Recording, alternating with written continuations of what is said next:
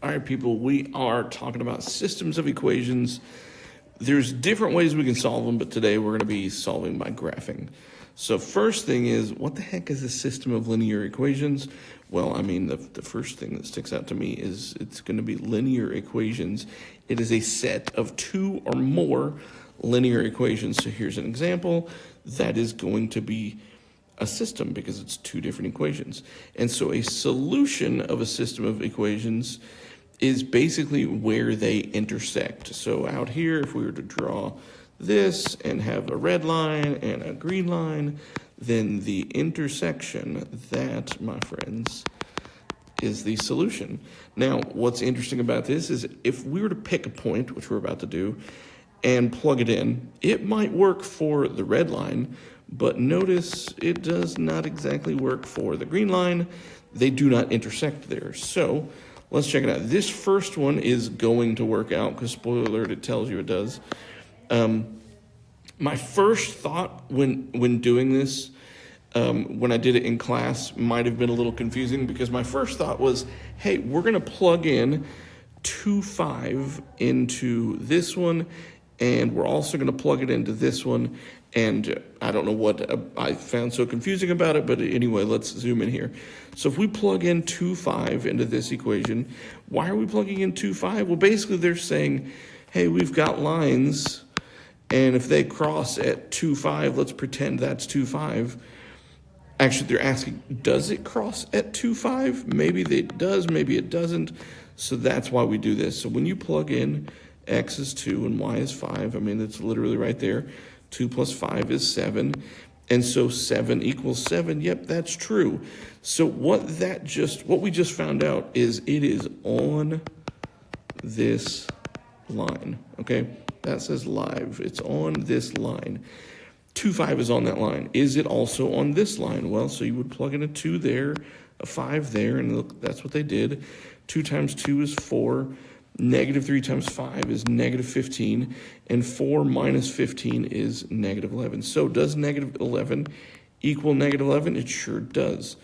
So the idea behind this is if we were to graph these now, so let's just graph 2, 5 just for the fun of it first. 1, 2, 1, 2, 3, 4, 5.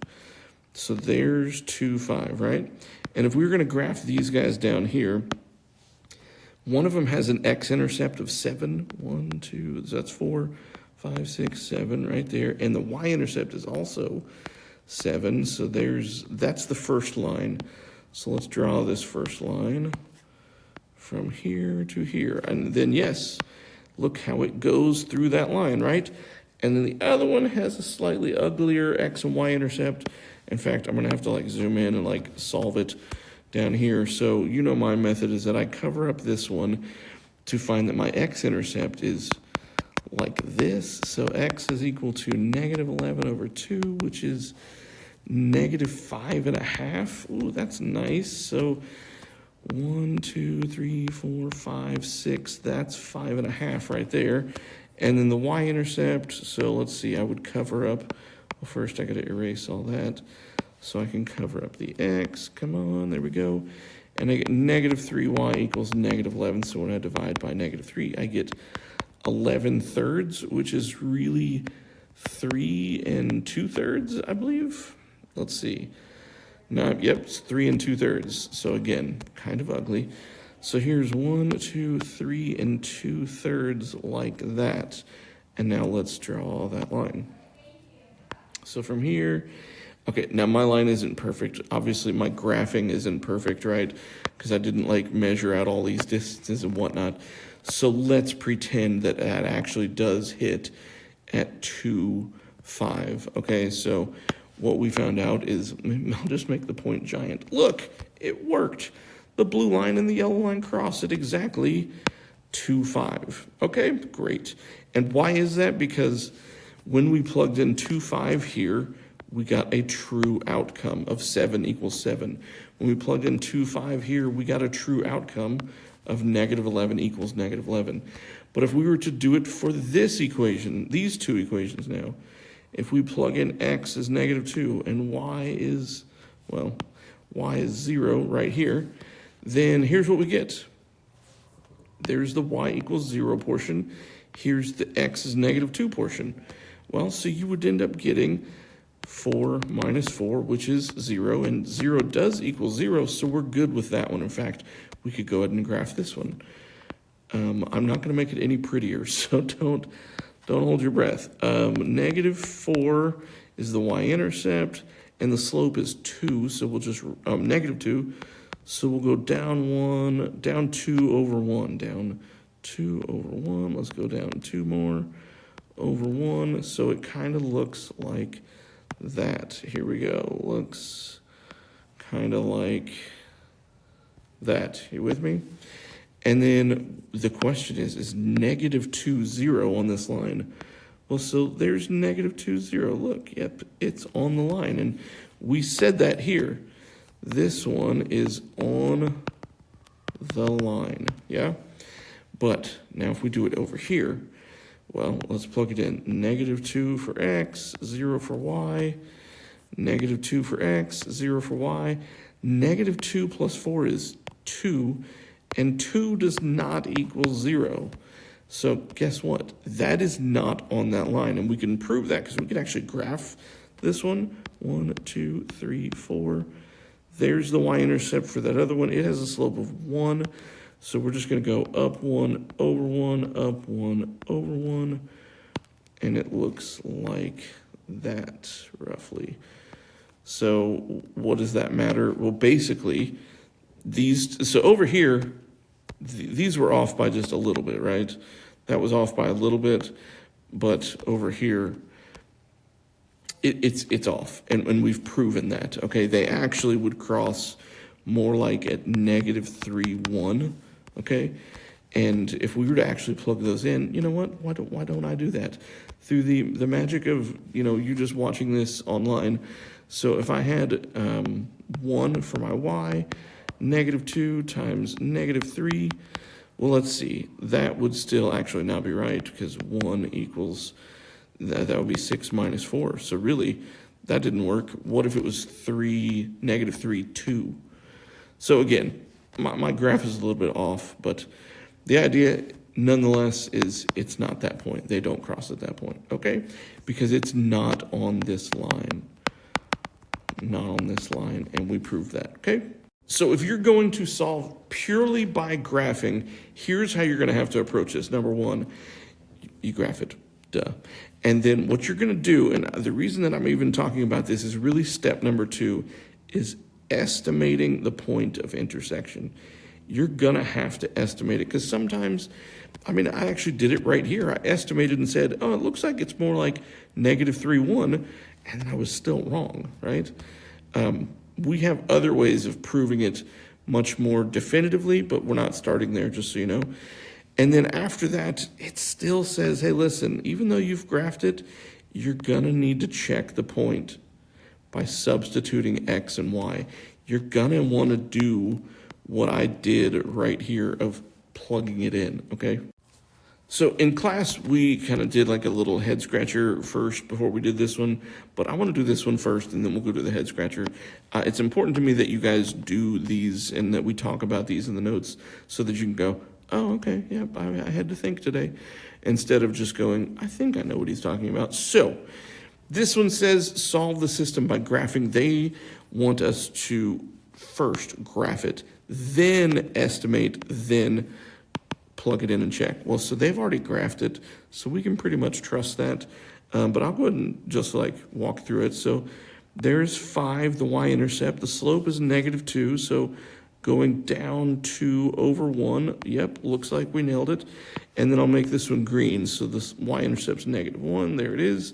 The slope is 4, so we're going to go up 1, 2, 3, 4, and then over 1. Looks like they also nailed it. So graphing, done. Estimate the point of intersection. We estimate that it's 1, 3. And so now we're going to prove it. We're going to check it. So we go in here, and this is going to be 3, this is going to be 1, and that's what they've done here. -2 times 1 is -2 plus 5. Well, -2 plus 5 is 3, and does 3 equal 3? It sure does. We're happy about that. So let's slide over here and do this one. The y is 3, The x is 1. You can see where this is going. This is just 4 minus 1 is 3. And does 3 equal 3? It sure does. So we have proven that, yes, they do in fact cross at 1, 3. All right, let's try our thinking question. Arnold and Berea each walk a 50-foot path. The following graphs show how far each has gone at various times. Who went faster? How fast did each walk? And other questions. So let's look at Arnold first. He looks to have gone 50 feet in distance over 10 seconds, right? Because if we come down here, that's where 10 would be on the graph, or on the x-axis, I should say. So Arnold, he had a slope of 50 over 10, and that was in feet per second. So, by the way, that makes sense if you were to think about it. If it were seconds per foot, it'd be a little interesting to measure that. So anyway, what we did is we found his slope to be 5 feet per second. And we're going to find the equation of each of those guys. So we can already do that for him. It's y equals 5x, because it's going to be y equals mx plus b. And look, here is his y-intercept. It's 0. In fact, both of their y-intercepts are 0, right?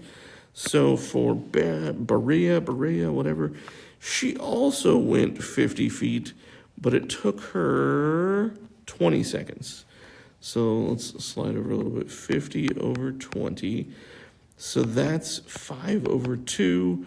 Or also, it could be 2.5, right? So her equation is y equals 2.5x, okay?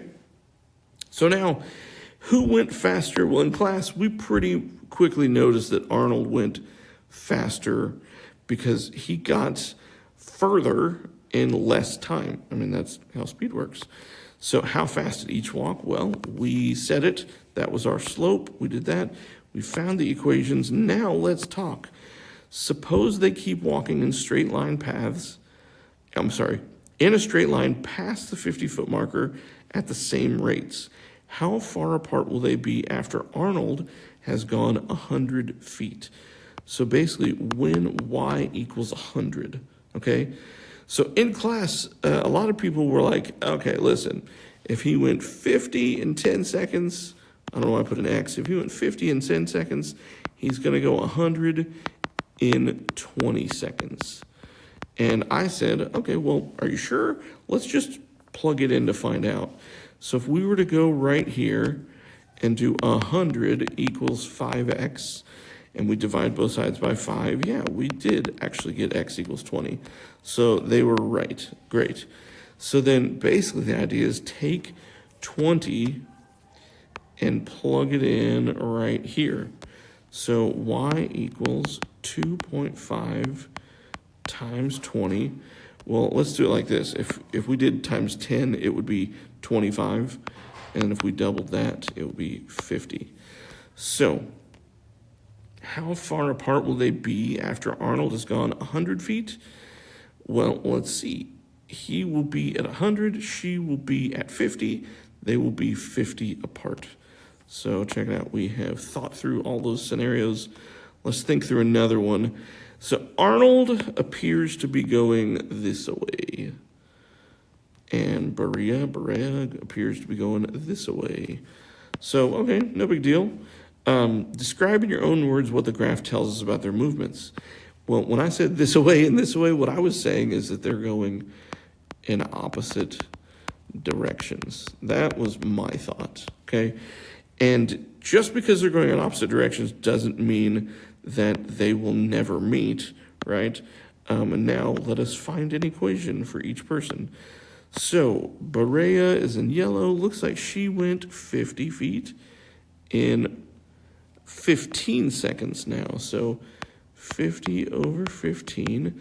If we divide both those by 5, we get 10 thirds, which is 3 1/3, right? So if we do y equals mx plus b, again, her y-intercept is 0. So it's just y equals, I'm just going to leave it 10 thirds x. That is Berea, or whatever her name is. And then Arnold. So it looks like he's going down 40 feet, over 20 feet. So it'll be negative. So down 40 over 20, right? Was it 40 and 20? It was. So that is a slope of -2. So that's his slope. And then he has a y-intercept of 40, right? So y equals -2x plus 40. And this is Arnold. By the way, I cannot think of Arnold without thinking of Arnold Schwarzenegger. I don't know about you guys. Anyway, when and where, if ever, will they meet? So let's go back to our, okay, we have a graph. We should estimate where we think they're going to be. And so if we estimate, looks like they're about halfway up here, and looks like they're maybe about right here. So in class, we said that this was 7.5, 25. So like here would be 7. So that's like halfway between, call that 7.5. And this appears to be halfway between, let's call it 25. So this is our estimate. How could we find out if we're right? We could plug it in. So over here, we have y equals, I'm going to zoom in to kind of make this feel a little bit maybe better. I don't know if it'll feel better. Y equals 10/3 times 7.5. And we actually want that not to equal y. We want it to equal 25, right? So let's throw a 25 in there. 10 times 7.5 is 75 over 3. And if you do 75 divided by 3, you get 25 equals 25. So that is exactly correct for, let's see, for Berea. So I'm going to put a star on Berea. Let's see if it's correct for Arnold. So 25 equals -2 times 7.5 plus 40. Well, let's see. 25 equals -15 plus 40. Well, guess what? That's 25 equals 25. So they meet at exactly 7.5, let's see, 7.5 seconds at 25 feet away from, I guess, where they both began. No, just away from whatever destination that is. So there we go. We got one more thinky question. Yesterday, 2 friends went into a bank to open savings accounts.